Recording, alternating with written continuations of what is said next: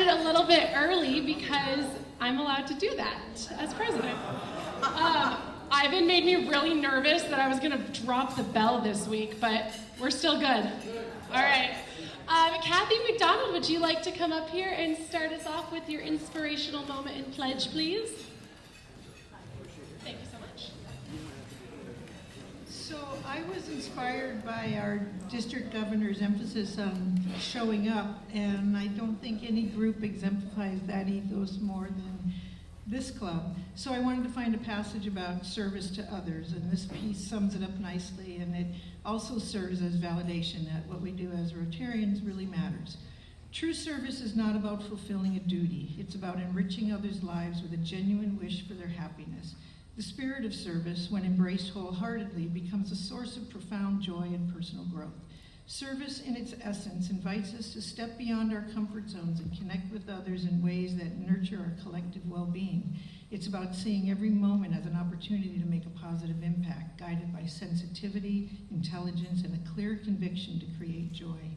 The golden rule of heartfelt service, treating others as we wish to be treated, emerges as a universal principle that transcends cultural and spiritual boundaries, reminding us of our shared humanity. Martin Luther King once beautifully stated, life's persistent and most urgent question is, what are you doing for others? This powerful call to action serves as a beacon for our exploration, reminding us that the essence of greatness lies in our capacity to serve with no prerequisites other than a heart full of grace empowered by love. Please join me in the pledge. I pledge allegiance to the flag of the United States of America and to the republic for which it stands, one nation, under God, indivisible, with liberty and justice for all. Thank you so much. We have some visiting Rotarians and guests. I'm going to introduce them because we have a tight, packed meeting today. Let's see. Does everyone remember the rules? Hi to the Rotarians and clap for guests. I don't know when I became a stickler on rules, but we're using my presidency as it. Okay, from Reno, we have Doug and Shirley Roberts. Hi, Doug. Hi, Shirley. And from Downtown Breakfast Club, who already went to a Rotary meeting today, we have Melissa Janot. Hi, Melissa. All right. Do we have any visiting, or do we have any guests of Rotarians? Madam President, fellow Rotarians, I have Rich and Melissa Jonio visiting, they're cousins. And then I have Patrick McNamara and his son Thomas visiting here's my shipmate from the Navy.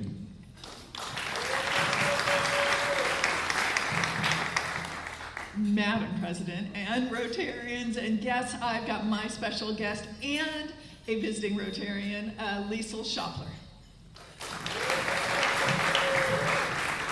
So I have two special guests, but they are Suzanne Manuel's special guests.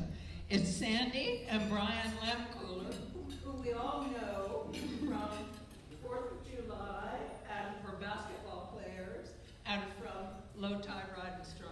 And guess what? They're joining. We're so excited.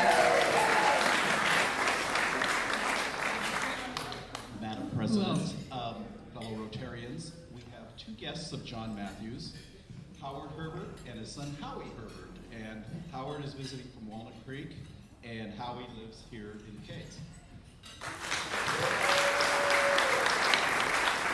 President Natalie and fellow Rotarians, I'd like to introduce our guests, Michael Tenori and Danielle Mask from Safe Harbor, Coronado.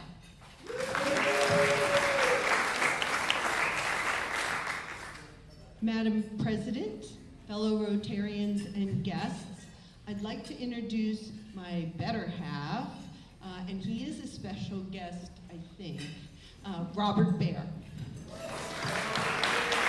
Yay! Actually, I know. Speaking of rules, does everyone remember special guest means potential new member? Not just that they're special to you? Because everyone's special. Any other guests? Yes, we have two guests at this table. Steve Beckfar is is at San Diego State University. He's an athletic director and an amazing background, 14 and a half years at the Air Force Academy. He was pried away by Jerry West and the Memphis Grizzlies in the NBA. Then he came to San Diego State for quite a number of years. Decided to go across town to the University of San Diego. Then ALS got him, and he has worked tirelessly for years with ALS. He's worked with the Gulls, but now he's back at San Diego State. And our other guest will get a little longer introduction, but Coach Brian Dutcher, the head basketball coach at San Diego State.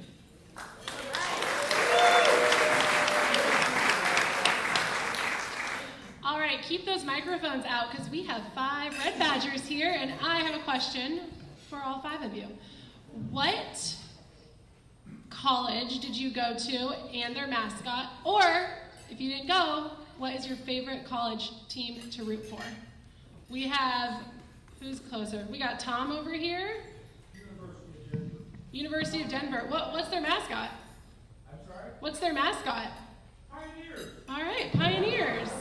How about Megan? She's over here. We got Megan, Red Badger. Arizona State Sun Devils. And we have Ron somewhere in the back by you, Jane. City College of New York, if you can get in, it was tuition free. Angelique, you're still a Red Badger right now.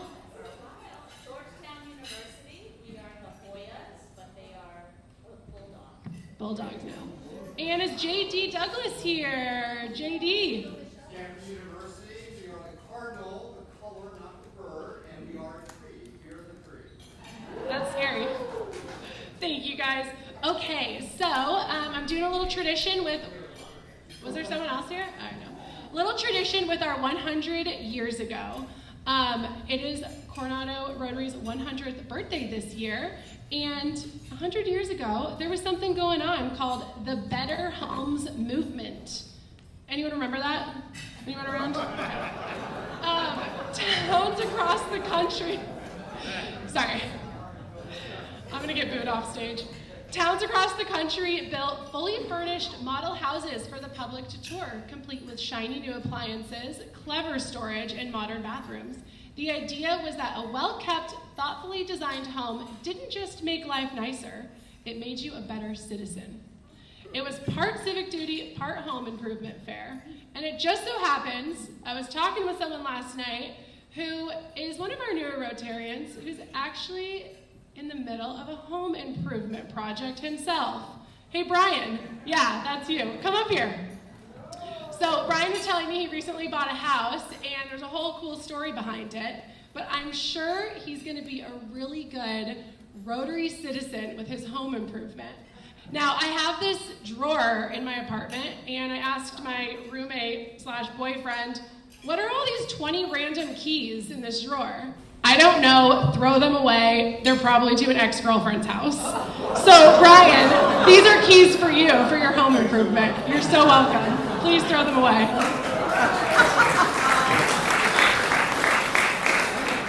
Okay,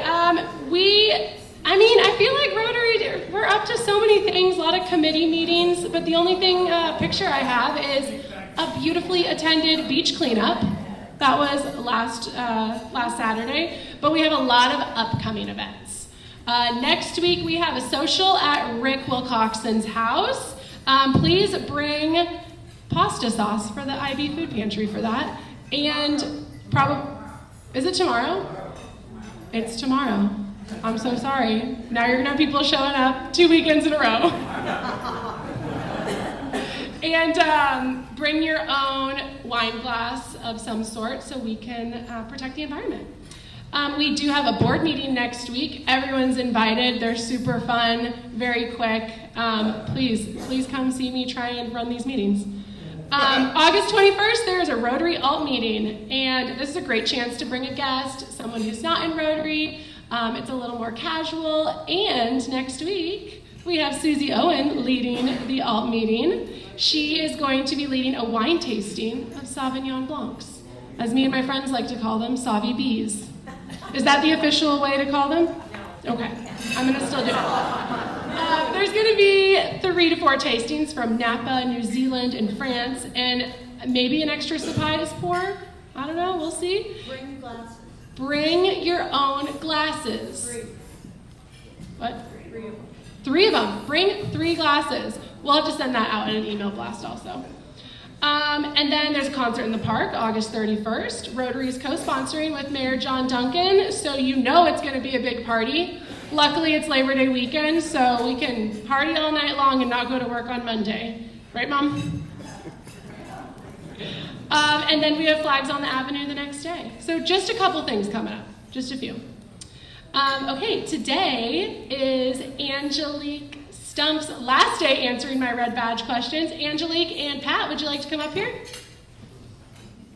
So Angelique was a transferring Rotarian, so she didn't go through all of the red badge stuff, but we still want to make this special for her. Welcome back, past president Pat. So my name's Pat Starke. I've met some of you. You know you've been gone a while when the greeters ask you if you're a visitor. So, special moment today.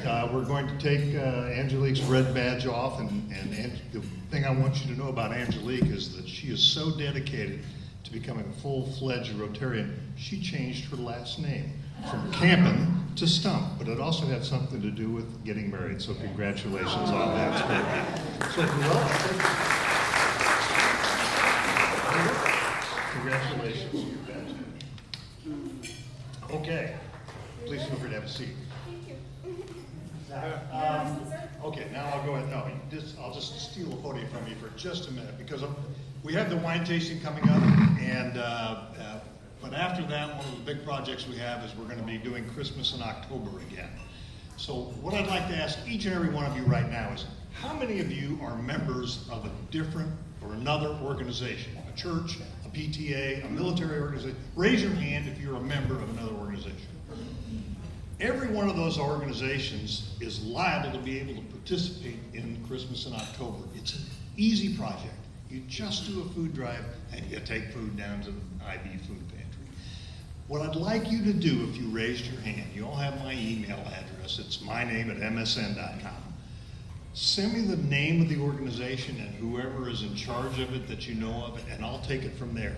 We want to reach out and try to increase the number. We had a dozen last year. We want to increase the number of people, organizations that participate in this, so we make all of Coronado be engaged in this food raising activity for the IB Food Bank. So shoot that to me. That's all I'm asking you to do is send me a quick email with the name of the organization you think might be able to participate, as well as who I need to contact, and I'll take it from there. Thank you, Madam President. Thank you so much. Jane, would you like to come join us? Thank you, Pat, for keeping it brief. Really appreciate it. It's the hardest part of the job. You haven't been here. Okay, President Natalie and fellow Rotarians and guests. Today I want to spend a few minutes talking with you about our club's finances, the costs of operating the club, and the funding of the organizations that we support. And I would like to point out that except for a portion of our dues, the money that goes to Rotary International is not a part of our budget. It's a separate pot of money that goes from members directly to Rotary International. So our club is just the conduit for the money that goes to Rotary International. So today, again, this is about our club's finances. First of all, we have 2 entities within our club, each having its own tax identification number and filing a separate tax return. We have the Rotary Club of Coronado and the Rotary Club of Coronado Foundation. Okay, the Rotary Club of Coronado is a 501c4, an entity, and it concerns only the operations of the club. It's budgeted to break even, a budget of $286,000, And that number includes such things as lunch ticket sales, installation dinner tickets, logo wear, etc. And then a little bit of additional money comes from our annual dues, which are $365 per member. Of that $365 that you pay, $82 goes to Rotary International, $48 goes to the district, and so the expenses of the club are mostly administrative, but they also do include expenses for fellowship, like flags on the avenue, beach cleanup, and that sort of thing. Okay.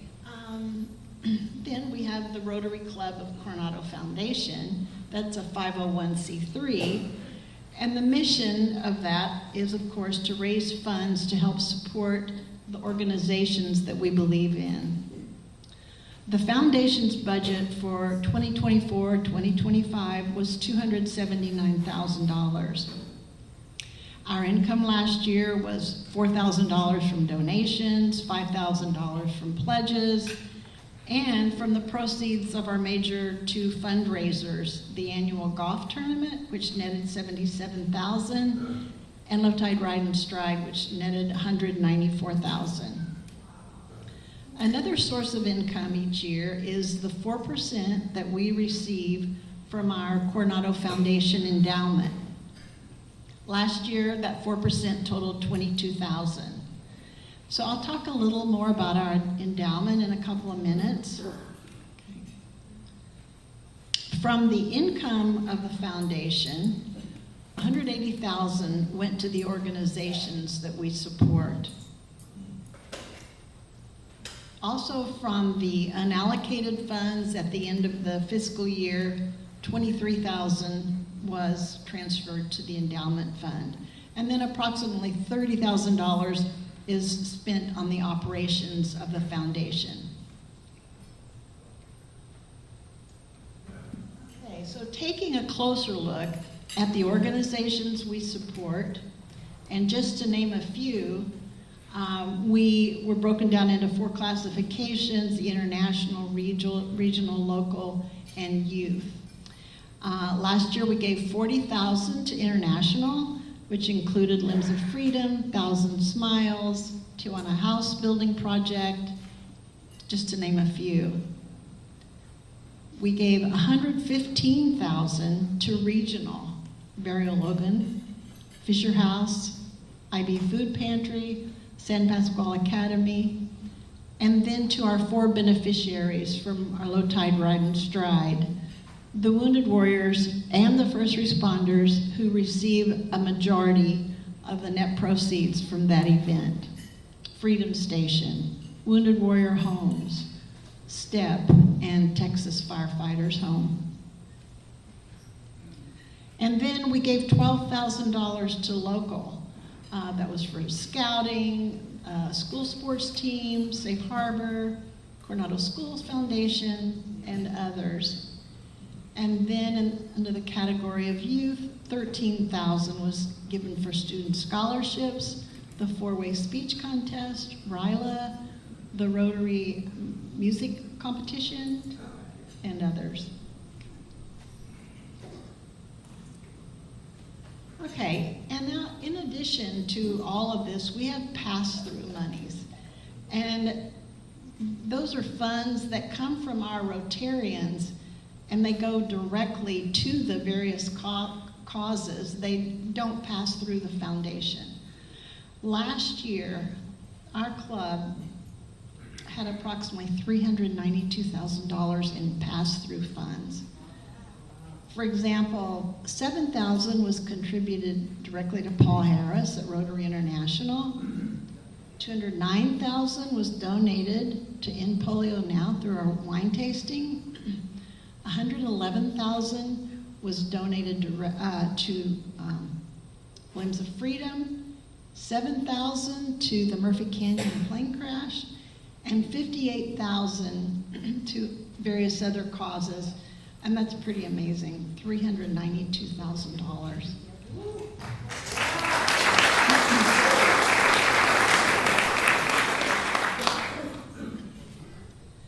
So Our Coronado Rotary Foundation has an endowment. You've heard me talk about sometime. It was created in 1987, and it's currently valued at $786,000. We just a few days ago received a $10,000 donation that is not reflected in that number, so that puts us up to almost $800,000.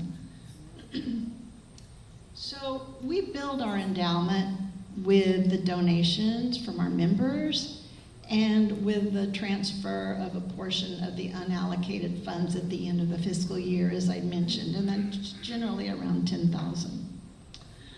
And then the 4% distribution that we receive from the endowment every year. In the past, we can call it our impact giving. We've given it to Camp Surf to build a cabin, and some to Sharp Coronado Hospital. Okay, and some of you newer members may not know about membership in Crown Fellows. You can become a Crown Fellow in our club and receive this beautiful solid gold pin by donating $1,500 to the endowment. And you can donate incrementally or all at once. And we currently have 40 Crown Fellows in our club.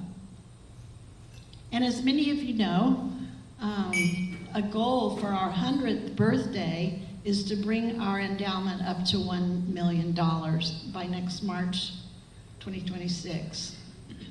So with only $200,000 to go, I hope you'll consider becoming a Crown Fellow.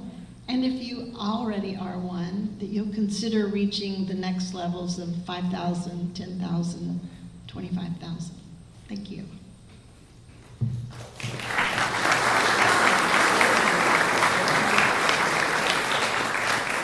Thank you so much, Jane. All the finances can get really confusing, and honestly, I didn't understand them until about a year ago. It's just good to know where things line up, where things go, and also just to know all of the money we're raising is going to great causes.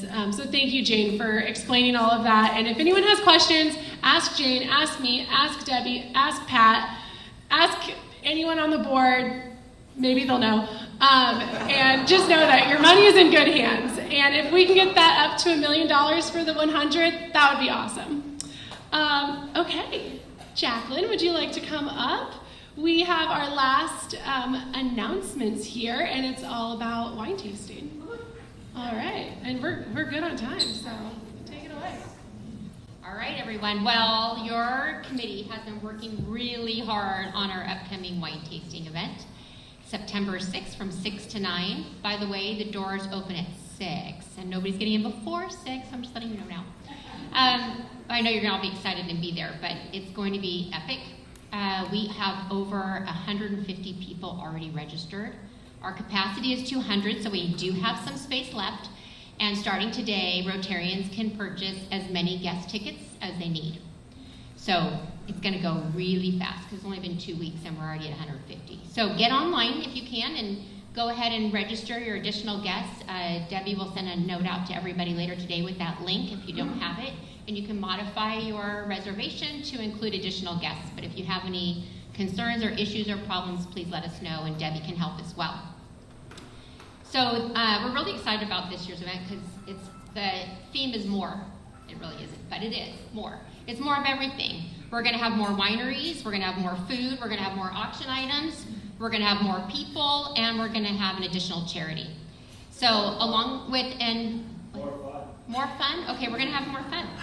Along with, you guys are all responsible for that, so you have as much fun as you want. Along with supporting End Polio Now internationally, you probably have seen that we also have added an additional charity, and we're going to be helping locally with mental health issues, and that is going to be through Safe Harbor Coronado. And you've heard from Danielle before a little bit about that organization. She was here back in March. But today you're going to hear from Michael Tenori. So Michael is a licensed marriage and family therapist, and he's been a clinician for 8 years.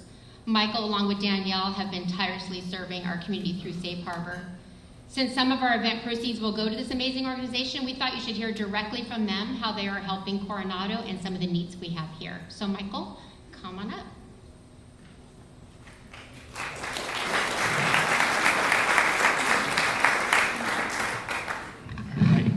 Thank you, Jacqueline. Sorry ahead of time because I'm not a public speaker, but I have a cheat sheet here, so bear with me. And if you can't hear me, please feel free to let me know and tell me to speak up.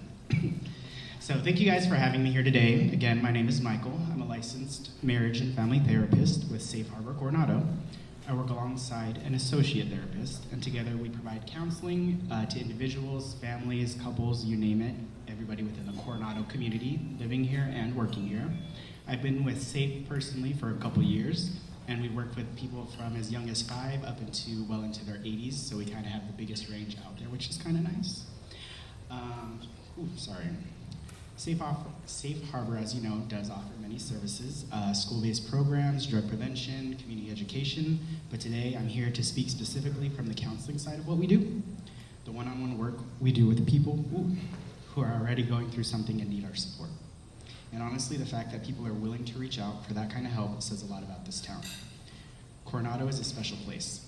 I grew up in a tiny town in Arizona, about 3,000 people, so when I came here, I immediately felt the same kind of warmth. People know each other. They show up for each other, whether it's the flower shows, concerts in the park, or a neighbor waving as they walk their dog. It's a community that still celebrates being a community. But under all that charm and sunlight, there's something quieter going on too, something that doesn't make it to the social calendars, and that's loneliness. And I don't mean being alone, I mean that deep gnawing ache of feeling disconnected, even when you're surrounded by people. The feeling that maybe no one really sees you, that no one really gets what you're going through, like when you're walking through the grocery store and suddenly it hits you, how long it's been since someone's really asked how you're doing. Or when you realize you've gone a whole week without a real conversation, just small talk, errands, and silence. It's more common than you think. I see it every week. Sometimes it shows up as depression, sometimes it hides behind anger, stress, or even just a physical illness. And it's not just hitting teenagers or people going through a crisis. It's hitting adults, working professionals, retired couples, and empty nesters. People who smile politely through conversations, but go home feeling invisible. One of the hardest parts about loneliness is how shameful it can feel. You think, I shouldn't feel this way. I have friends, I have family. But loneliness isn't always about quantity. It's about quality. It's about the connections that are meaningful, and it makes you feel seen and feel safe. And right now, there are people in Coronado, your neighbors, friends, and maybe even yourself, who are quietly struggling. Some have lost a spouse or a sibling. Some are navigating a divorce or major life transitions. Some just feel untethered, like the world's gotten noisier and they've somehow gotten quieter. As a clinician, I see the consequences: increased anxiety, depression, substance use, even hopelessness. Just a few months ago, we lost a young person in this community to suicide. And while today I'm not here to talk about kids, I'm here to say this is not just their issue, this is our issue. Mental health isn't something that you age out of. The need for support and for someone to sit across from you and say, you're not broken, you're just hurting. That need does not go away. It doesn't matter if you're 28, 78, 88, 98. That's why Safe Harbor exists. We're the place people come to when they feel like there's nowhere else to turn. We offer counseling that meets people where they're at. Whether it's grieving a loss, navigating relationships, or simply trying to feel okay again. We're also the ones who show up during community crisis, when schools go into lockdown, when families lose someone suddenly, and when fear or grief ripple through the town. And we do it because we believe in this community. We believe in the power of showing up. Therapy is not flashy. It's quiet, personal work. But it changes lives. It saves lives. And with your help, we can keep doing that for the people here in Coronado who need it the most, especially those who don't know how to ask. So thank you guys truly for letting me share this with you today. If you remember anything from this talk, let it be this: loneliness is real and it's happening right here. But the good news is we're here too. And with your support, we will always be. Thank you guys.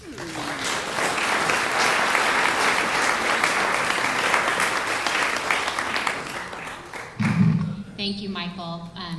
Sometimes we look around and we think this place that we live in, Coronado, is really, really special, and it is. And we sometimes don't really notice everybody who's here, and some people are going through a lot. I'm really, really happy that you guys are here to help, so thank you. I'm also thrilled to share that through the generosity of some of your donors at Safe Harbor, that they're going to be matching dollar for dollar up to at least $15,000, if not more. They've been doing some fundraising and trying to match our dollars, so the dollars that we raise will even go further to help, so thank you guys. All right, so that's one of the reasons we're doing this. You'll also hear about Polio now in a couple weeks, but one of the things that we're doing is raising money for these two lovely organizations, and we're doing that through our auctions. So we have a couple of different varieties of auctions. One is if you're going to be at the event, it's going to be in-person only, special, really special experiences and other things that you can bid on there, both a silent and live auction. And then there'll be a community auction that anybody can go to and bid on, and that's one of the ways we'll raise money. So I'm going to have Stephanie come up and kind of preview some of the things that we'll have at the auction.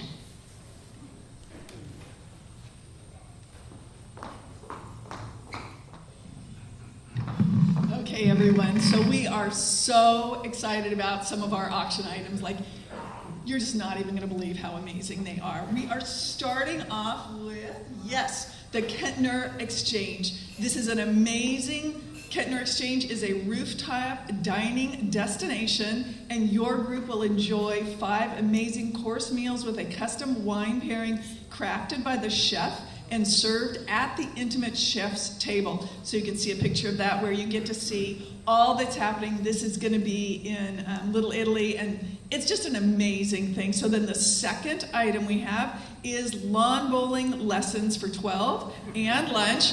So there might have been an Optimist Rotary lawn bowling situation that needs to be cleaned up in Miss Natalie's year. And so we thought that some of our Rotarians might want to bid on lawn bowling lessons for 12 at the Spreckles Center, expert instruction, getting everyone bowling like a pro, and there's going to be lunch and park views afterwards. Then what we have is Magnolia. It's a glaze on canvas. It's by one of our own artists, Carol Young. It's amazing. Her last painting that she did for the last auction ended up selling 2 of them because it was so well received. It is 24 by 24. It showcases luminous white petals opening around a golden center set against lush green leaves and a soft coastal inspired backdrop. It's printed with archival quality inks on premium canvas, blends botanic beauty and breezy sophistication. There we go.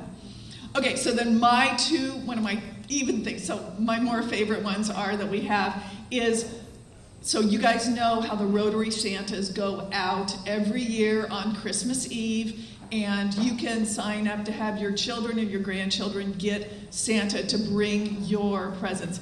I want you to know, as a kid, Santa brought my presents. It was amazing. It was just magical. So, but you will be able to bid on the opportunity to have you be the last person on Santa's list, and Santa will stay at your house for an hour.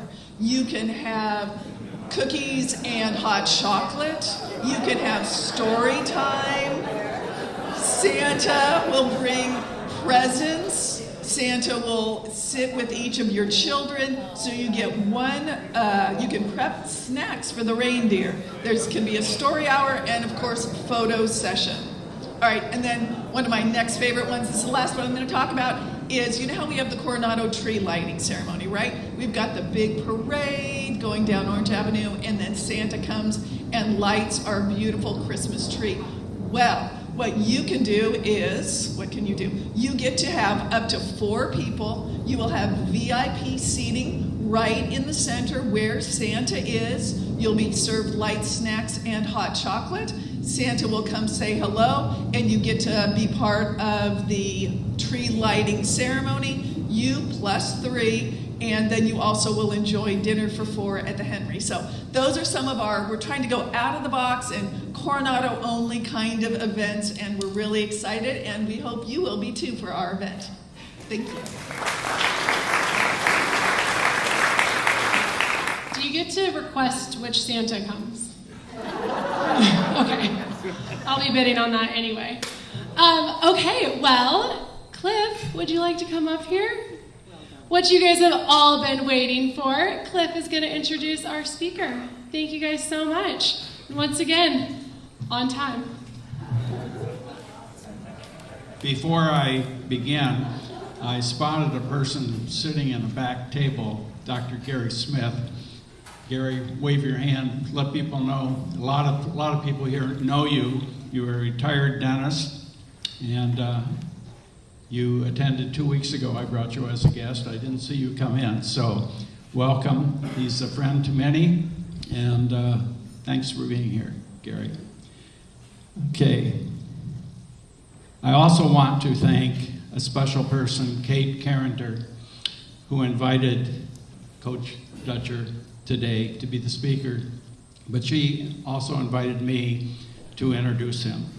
So you all received a copy of Coach Dutcher's bio. It was sent to you by Debbie McBride, emailed that to us.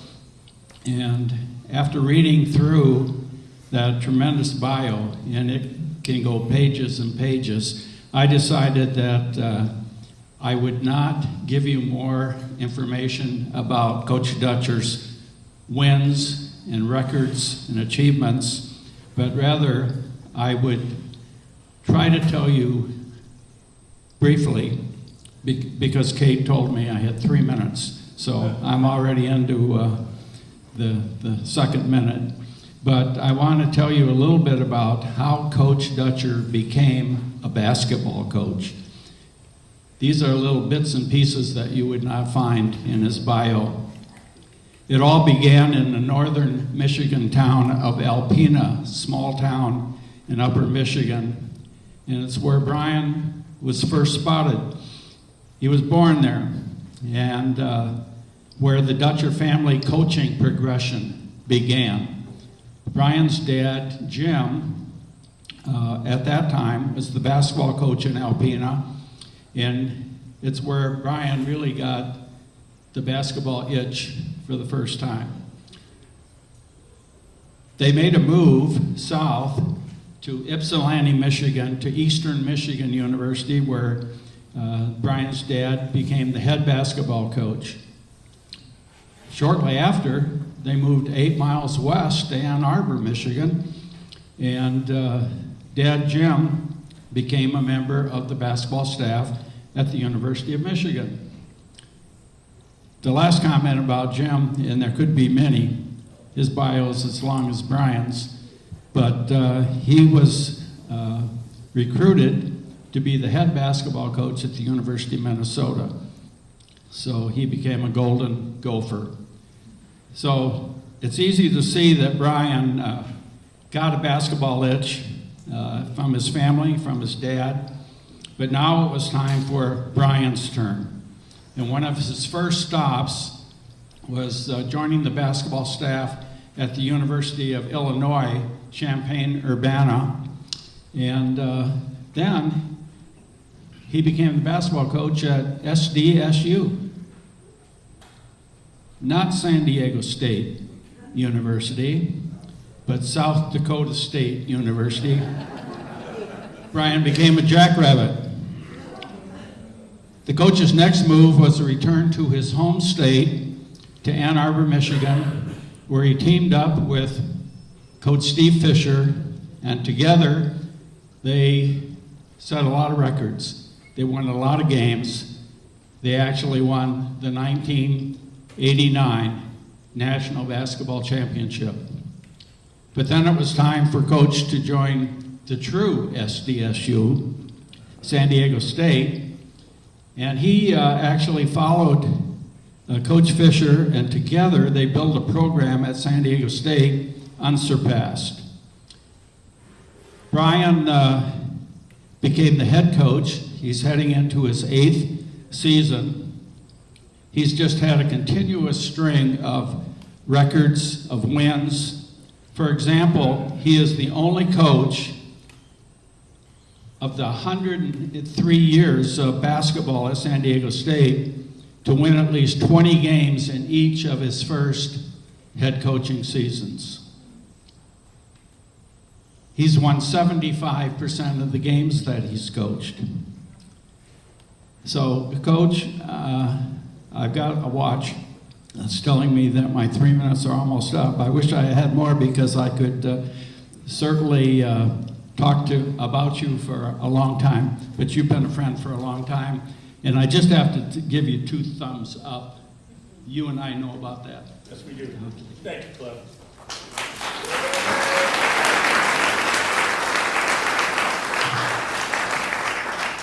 Dr. B's been introducing me for 26 years. He's got it about right. So I used to come out of the bullpen. When they couldn't get Fisher, I'd show up and then Cliff would have to introduce me. Only took about a minute back then. So it didn't take very long to introduce me. I'll start with a story. Everybody knows Ted Leitner, voice of the Padres, voice of the Aztecs. Ted finally retired from the Aztecs. He did his last year Aztec basketball. And he told an interesting story at one of our banquets about 5 years ago, and I'm going to share it with you. We had a young man on the team named Joshua Tomajic, and he was from the Canary Islands. And Ted was amazed that Josh was from the Canary Islands, and he asked Josh, he says, Josh, and he asked the people attending the banquet, are you aware that there are no canaries on the Canary Islands? And we were amazed at that. And Ted said the same thing about the Virgin Islands. He said there are no canaries there either. No one better than Ted Leitner. So it's hard to believe this is year 26 at San Diego State for me. Came in 1999 with Steve Fisher. And I always used to say we did such a great job. The year before we got here, they won 4 games as a team. We were so good in our first year, we won 5 games. So we continued to build it. It was, Coach Fisher's the best. And he used to say, when we started recruiting the teams that we started to build, he'd say, we have to talk about where we're from to start. We have to talk about our years at Michigan and all the things we accomplished there. But in 3 or 4 years, if we're still talking about Michigan, we haven't done anything here. And in our 3rd year, we made the NCAA tournament after 5 wins in our first year. And it was a building process, and Steve Fisher was such a great leader and mentor. And I've had great mentors over my whole career. And they always say you're standing on someone else's shoulders. You know, my dad was a college coach his entire life, and my mom said, Brian, why do you want to go into coaching? Look what it does to your dad. He loses a game, he's up all night, he goes to the freezer, gets a carton of ice cream, starts eating ice cream, and looks at the stat sheet. Because back then there was no tape of games or film of games. All you had was your memory of the game, go back through the stat sheet and try to figure out how that rhythm of the game went. And it's evolved so much now that we have every little possession is on tape. All the metrics on everything that happens. And so he coached in a different era. But I love the game. I love going to practice with my dad, hanging out with my dad. And I wasn't good enough to play in college, so I was a manager at the University of Minnesota. I was wiping floors and filming from up in the top of Williams Arena, which they're still playing Williams Arena. Has to be the oldest college basketball arena in the country. And I just had a passion for the game. And I learned a lot from my dad. And then when I left my dad, I graduated from Minnesota. I met my wife at the University of Minnesota.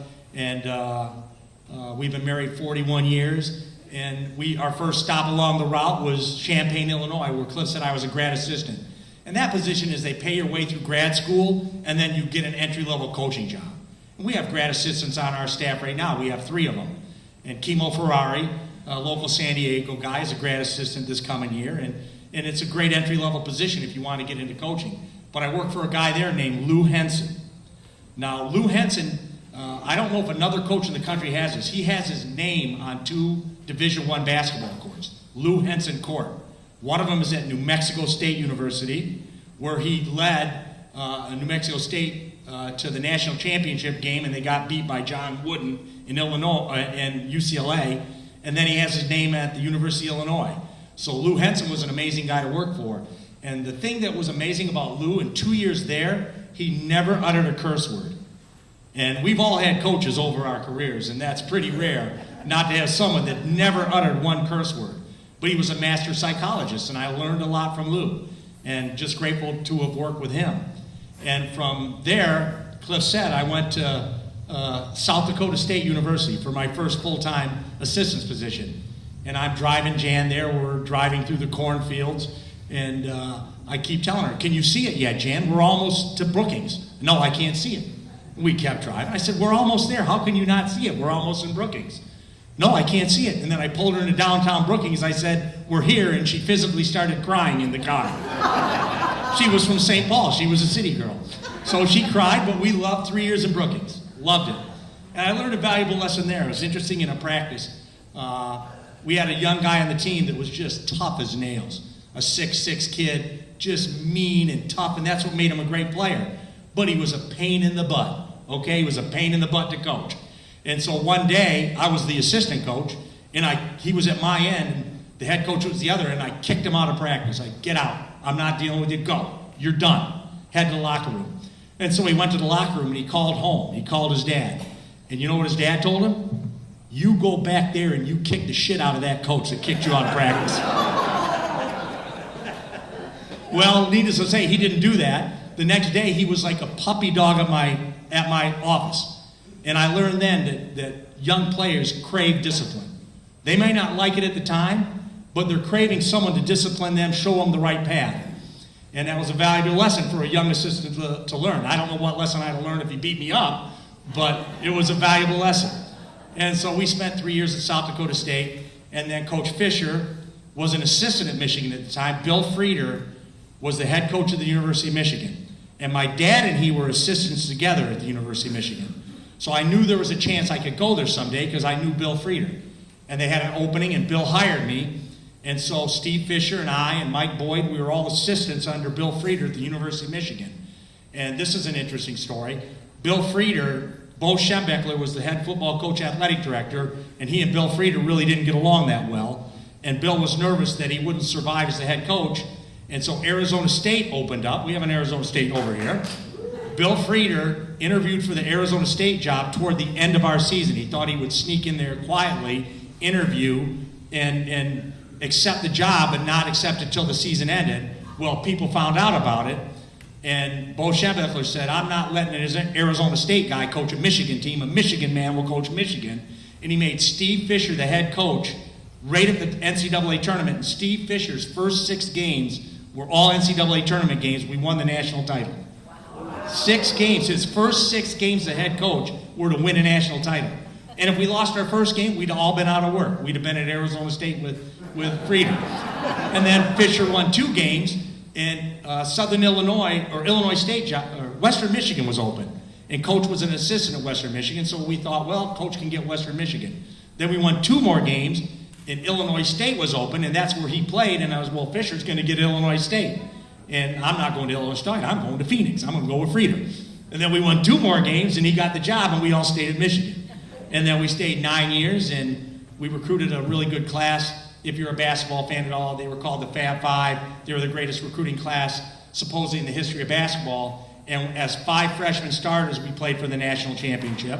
We lost to Duke, Coach K with Christian Leitner and Grant Hill and Bobby Hurley, and they beat us. And then the following year, we went back to the national championship with 5 sophomore starters, and we got beat by North Carolina. And Chris Webber at the end of the game, who was our best player, he called a timeout. We were down, I think, 1 or 2, and he called a timeout with 2 or 3 seconds to go we didn't have, and it was a technical foul, and we lost the game. And that will teach you perseverance. That will teach you, you look at a young guy who's 19, 20 years old, have to deal with that kind of pressure and anguish and just the lowest point of your life, to see him resurrect himself and have a Hall of Fame NBA career. And so we stayed at Michigan, and like all things, it never ends how you want. They let Coach Fisher go, and I sat out a year of coaching.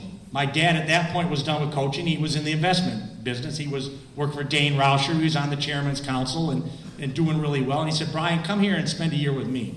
You know, see if you like the investment business. At some point I'll retire. You can take over my book and grow it, and it's a great living. But I didn't have a passion for it, and I didn't have an interest in it. And after sitting a full year, Steve Fisher called me. I was resume in hand at the Final Four in Florida trying to get my next job. And he said, Brian, I'm taking San Diego State tomorrow. I want you to come with me and promise me you'll stay 3 years. And then 26 years later, here I sit. And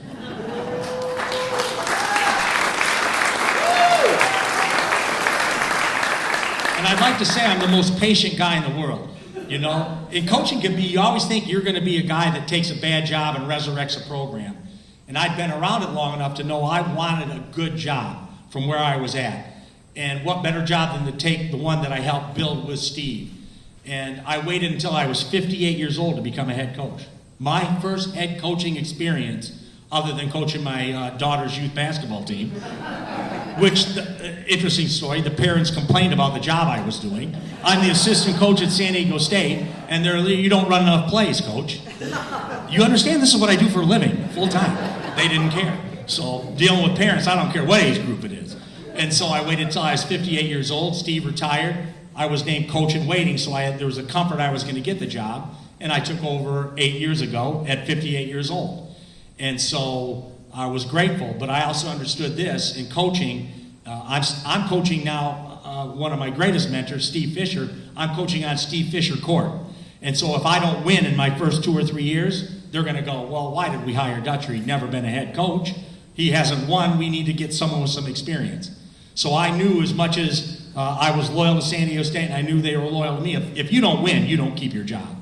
And so we won enough in my first 3 years to get an extension and just build onto it and take San Diego State to the national championship game 3 years ago. Incredible. And just all these memories of being here and helping build it and working for Steve. And the greatest thing about Steve is, they always ask me, what is Steve's greatest quality? And I say, in a world of great talkers, Steve Fisher was a great listener. And that is a real skill. Listening is the hardest skill in the world, because everybody feels they have something more important to say than the person they're listening to. And they can't wait to get it out. I'm going to cut him off. I'm going to say what I think is important to keep the conversation going. And Steve Fisher was such a great listener. So if I've learned anything from Steve, it's to be a better listener. And that leads into the job I have now. When I was an assistant for Steve at Michigan one year, I was so frustrated during games, like young employees are, and I was up and yelling and mad, and he said, Brian, sit down and shut the F up. Then I sat down and I got all in my feelings, and come on, Brian, get back in the game. I was mad, and I didn't know as much in the 30s as I thought I did. And then in my 40s, I knew more. And in my 50s, I knew more. And now in my 60s, I know a lot. And I can give back. And that's what I tell the team. I'm in my give back part of my career. You're getting me at my best, at my very best. And my main job, as much as everybody thinks, well, coaching X and O's and run plays and do all this, we all know I'm dealing with 18 to 22-year-olds. It's dealing with personalities. It's getting the best out of them. And to get the best out of them, my number one job is to help them manage their frustration. Because frustration's going to be there. And I learned from Coach a long time ago, when things are going good, you know, the wind's at your back, sales are up, just let them go, because everything's going good. That's not when you need a coach. It's when things aren't going good. And I told them last week in practice, because they were talking too much to each other and distracting each other, and I said, you're so lucky to have me, because I'm going to help you through this, because I've seen it enough. And you have to manage your frustration. You have to stay focused on the task at hand in order to be the best you can be. And so that's my job, is to help young guys manage their frustration, manage their expectations. And coaching has changed. I mean, when I was young coach, everybody wanted to be Bobby Knight. Bobby Knight. And Bobby Knight was an incredible coach, an incredible success, but he was a classic bully. That's what he was. But that's how they coached in those days. They bullied everybody, and I'm not a bully. So I don't know if I could have survived in that area of coaching like a bully. And that's not to say I'm not hard on the guys, and I don't expect greatness out of them, but I have a different way of doing it. I'm a positive person. The glass is half full. I always look for the good, because I know they're going to get enough of the bad from everybody else around them. Parents and all this and that, and especially online now. You see how these kids get bullied online. We lose a game, and they have Instagram or they have any of this social media, they get beat up like ruthlessly.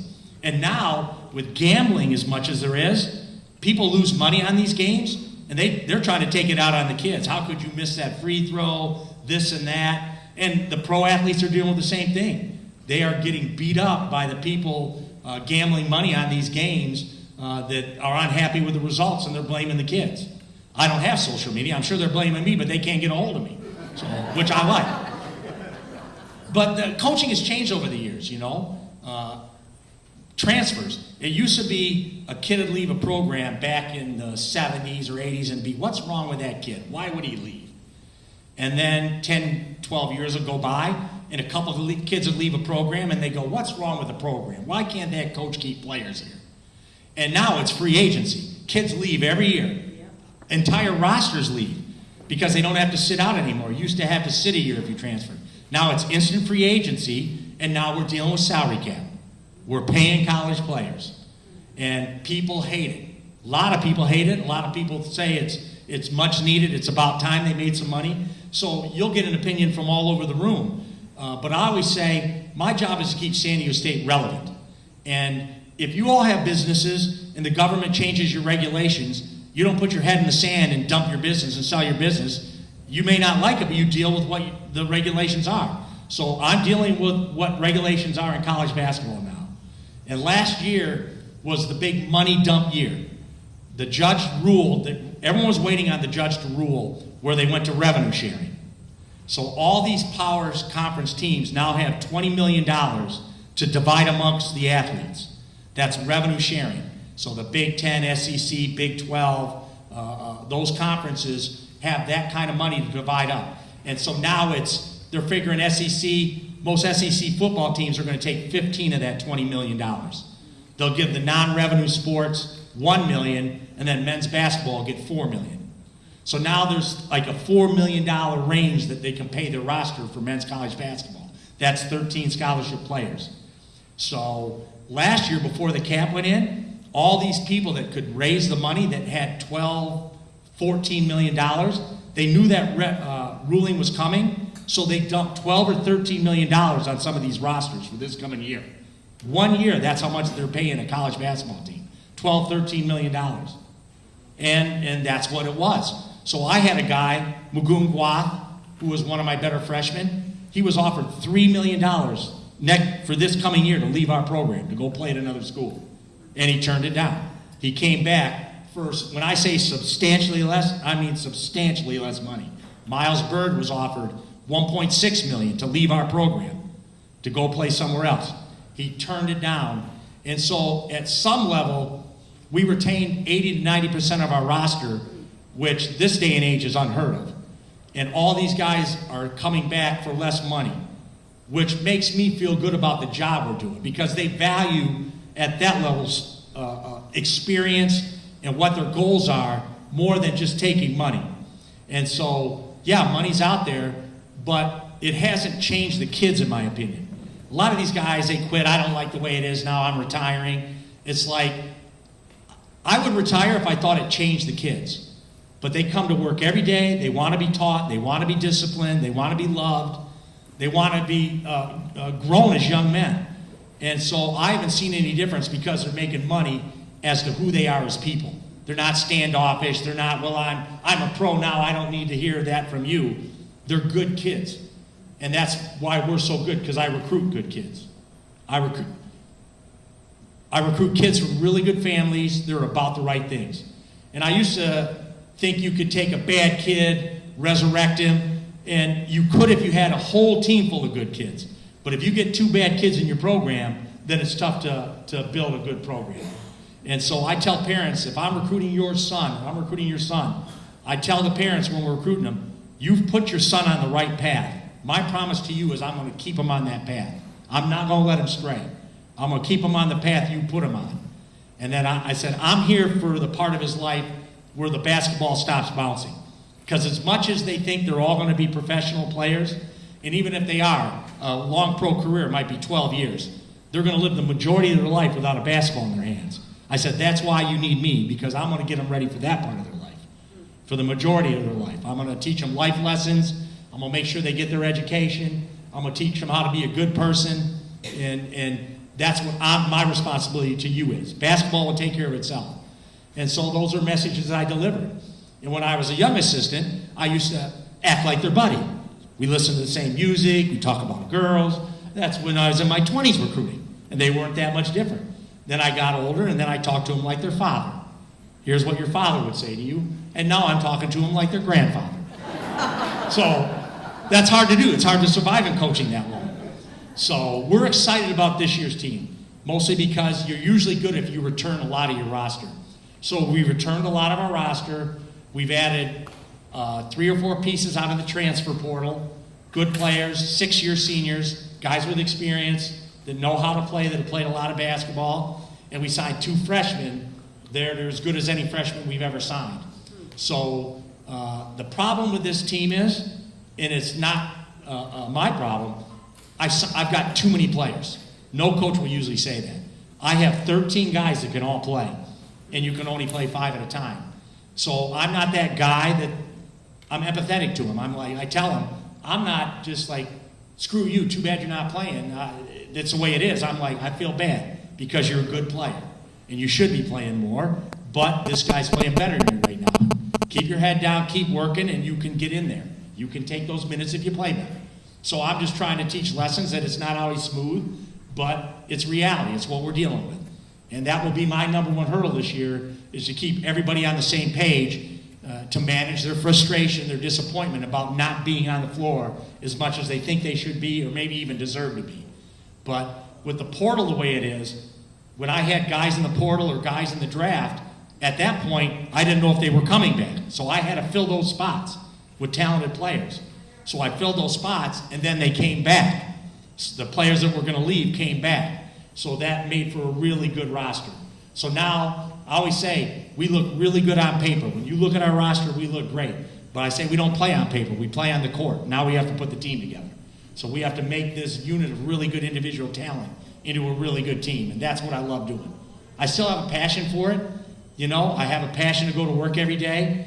The biggest grind in coaching now is because there's so much tape on your opponent, so much tape on you, is watching games, getting ready for the next opponent. To sit there and spend the hours watching games. Because there's no shortcutting that. You have to watch the games to get ready.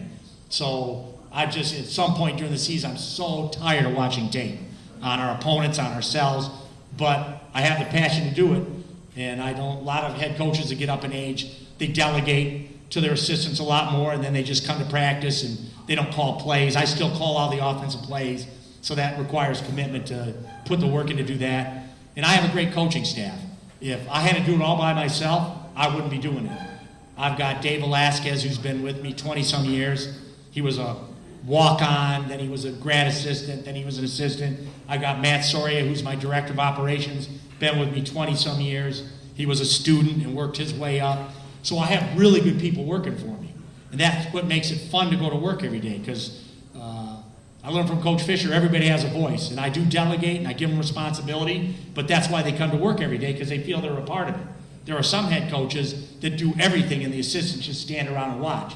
Then that's no fun coming to work. And the other thing I learned about putting a coaching staff together, just like all you people who put businesses together, is I didn't want everybody like me. I didn't want a bunch of nice guys all the time. I wanted some mean guys. So I got a couple mean guys on the staff that get mad at a drop of a hat. They're mad. They're angry. I don't mind that. And then I got some huggers that no matter what you do, you're going to get a hug. I got lovers, I got haters, and I just kind of position myself to make sure we're going in the right direction. So I think a lot of people make mistakes. They think, oh, I'm this way, I'm wound so tight. If I hire 5 more guys wound tight like me, we're going to be successful. That's not the case. You need to have some diversity in your staff, diversity in your employees, and then you have to enable them. You can't micromanage them. You got to let them spread their wings and be the person they're supposed to be. So obviously, I'm the only one that's going over time, or she wouldn't be hovering here. I will take any questions you might have. Thank you for being here. Any questions? Yes. I got good ears. What do you see coming down in the officiating realm of this coming year that's different from last year? Yeah, he's talking about officiating, and I used to be mad at all the refs. Now I only get mad at the young ones because they're the only ones I can have an effect on. Like the guy that's in our league trying to go to the next league, I get super hard on those guys because they're scared. The old guys, you yell at the old guys, they don't want to hear it. They might get mad at you and then put it to you at the end. So officiating, it's never going to be great, but it's a hard job. And I understand that. I understand what they're doing is not easy. So I try to pick and choose my battles with officiating. But officials make everybody mad. We all know that. Yeah, Coach, your teams are famous for the great defense. What is your secret We know from Kawhi Leonard's days, he's all NBA defense, and he credits back to Coach Fisher and you to the training they received at San Diego State. I know the players many get recruited because of your great defense. What is the secret at San Diego State for the defense? The defense and offense is this. If we're looking at offense, and I have my staff with me, they've been with me forever, and we'll watch a shot on tape, and I'll say, that's a pretty good shot. Another guy say, that's a god-awful shot. And the guy will say, oh, that's just a so-so shot. We can't even decide. We've been together for 1,000,000 years. So offense is like poetry. It all depends on how you interpret it. So I don't micromanage offense. I let them play pretty free. We have structure. But if they believe in it, I believe in it. That's what I tell them. I want to empower them on offense. On defense, it's pretty black and white. Everybody can see the mistake they made. They should have done this. And so when we recruit a guy, we tell them right from the start, we're a defensive program. If you come here, you got to want to play defense. And if you do, I'll let you play with great freedom offensively. And then they all say yes. Then when they get here, they don't really believe it until they're not playing good defense. I set them down. Why am I sitting? Because I told you when you came here, you'd have to be a good defensive player, and you're not right now. And you agreed to that when you came here. You don't hit them with it once they're here. You tell them before they come, and they agree to it. Then you can hold it. You can hold them to that. And we spend a lot of time defensively.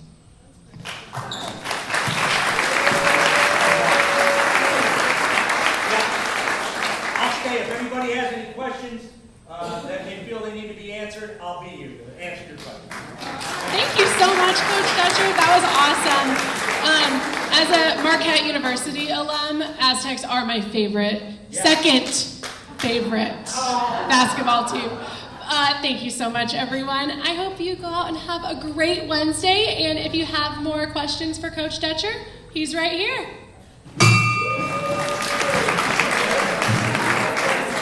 Did it.